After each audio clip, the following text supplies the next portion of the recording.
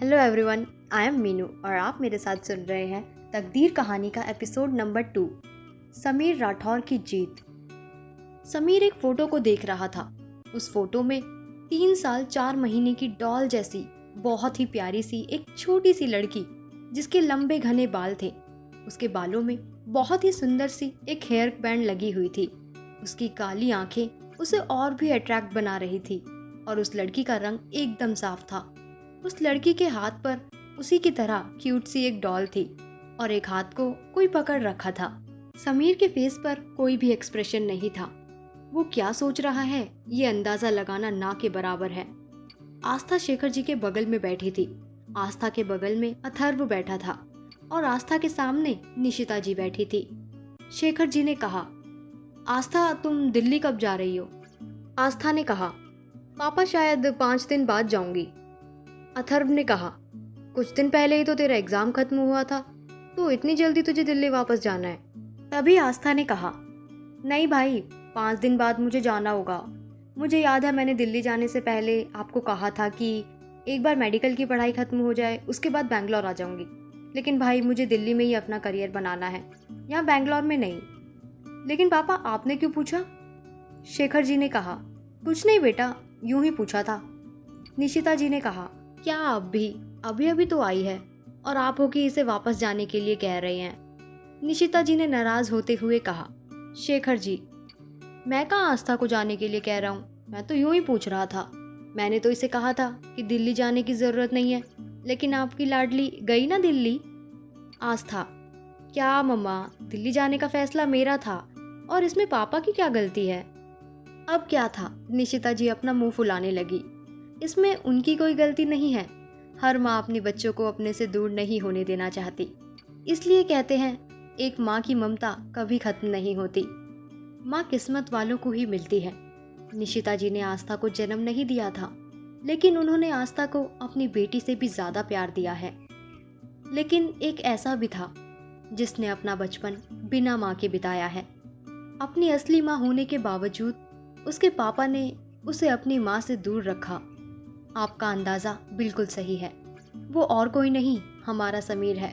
वो समीर जो बाहर से अपने आप को कितना भी हार्ड हार्टेड, एरोगेंट और सेल्फिश दिखा दे, लेकिन अंदर से इतना ही टूटा हुआ है। समीर ने आज तक अकेले ही अपनी जिंदगी बिताई है, इसलिए उसे प्यार का मतलब नहीं पता। प्यार होता क्या है उसने आज तक महसूस किया ही नहीं। उसे लगता है पैसे से सब कुछ खरीदा जा सकता है, क्योंकि उसने अपनी माँ को देखा था। अगर इसकी माँ के पास पैसे होते तो वो आज अपनी माँ के साथ रह रहा होता। प्यार क्या होता है ये समझाने के लिए तो आस्था को उसकी तकदीर में लिखा था लिखने वाले ने। हाथ में वाइन का ग्लास लिए हुए समीर अपने कैबिन में एक फाइल को पढ़ रहा था। उसके चेहरे पर गुस्सा साफ देखा जा सकता था। उसके सामने चेतन था। उसने उसको डांटते हुए कहा, एक काम भी नहीं होता तुम लोगों से।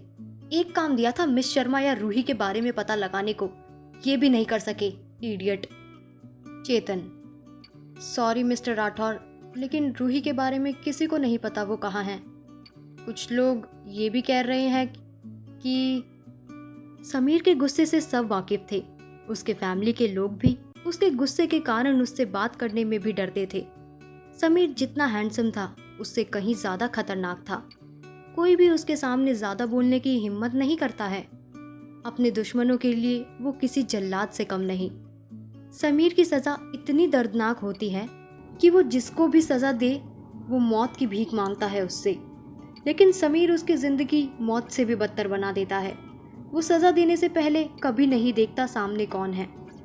चेतन ने डरते हुए कहा, कुछ लोग ये भी कह रहे हैं कि रूही उस हादसे में। चेतन ने इतना कहा ही था, समीर ने उसका गला पकड़ लिया और अपने दांत पीसते हुए कहा, तुझे पता है तू क्या बोल रहा है? इस दुनिया का कोना कोना छानो, मुझे रूही सही सलामत चाहिए। अगर उसे एक खरोच भी आई होगी किसी की वजह से तो अंजाम अच्छा नहीं होगा। उसके बाद उसने उसका गला छोड़ दिया।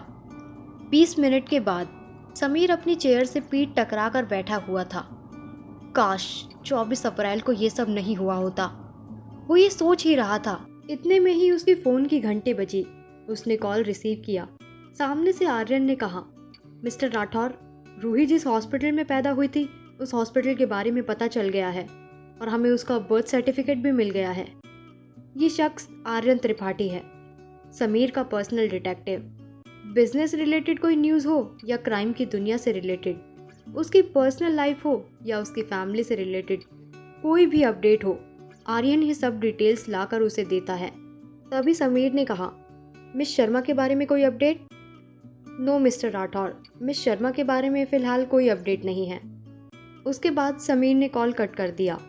तब तक रोहित भी वहाँ आ चुका था। रोहित उसका पर्सनल असिस्टेंट था।